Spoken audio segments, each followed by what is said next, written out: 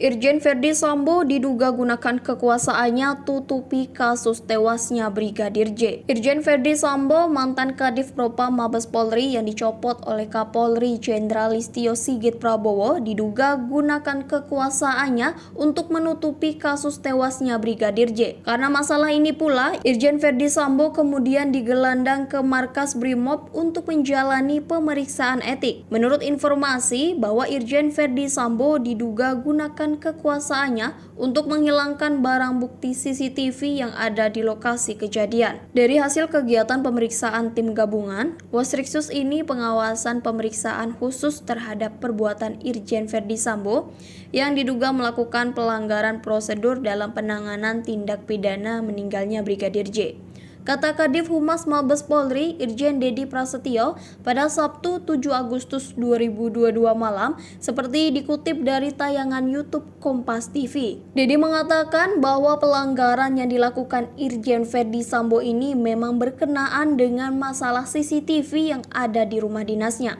Padahal sebelumnya polisi dengan getolnya menyebut bahwa CCTV di rumah dinas Kadif Propam Mabes Polri sudah rusak 2 minggu setelah kejadian.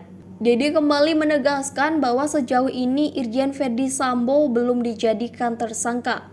Dia juga mengatakan bahwa Irjen Verdi Sambo bukan ditangkap, melainkan diamankan untuk dibawa ke markas Brimob.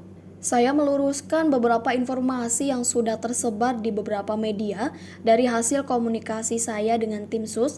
Tim sus dalam hal ini masih mendalami proses penyidikan terkait masalah kejadian di Duren 3. Ditanya lebih lanjut mengenai kasus dugaan pembunuhan Brigadir J hingga soal peran aktif Irjen Verdi Sambo, Dedi tak mau menjelaskannya. Dia berdalih tidak ingin buru-buru menyampaikan keterangan sebelum tim sus selesai melakukan pemeriksaan.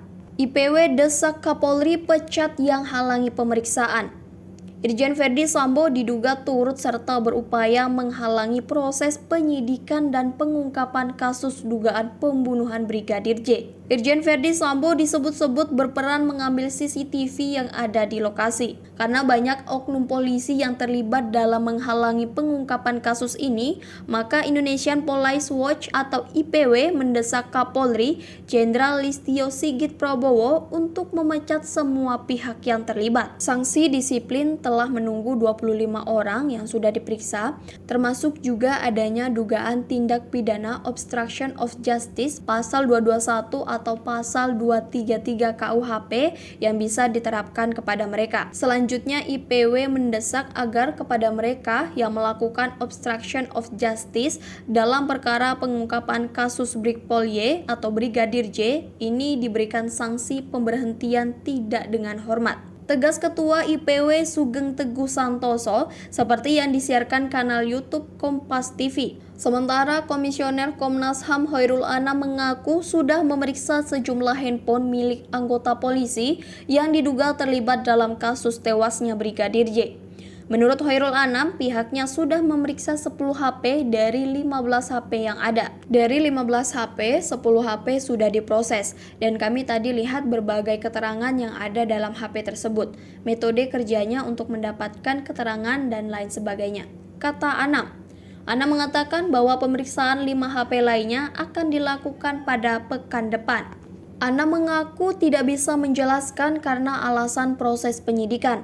Senada disampaikan BK Ulung Hapsara, Komisioner Komnas HAM, BK bilang dia akan meminta seluruh hasil penyidikan yang dilakukan polisi terhadap kasus Brigadir J.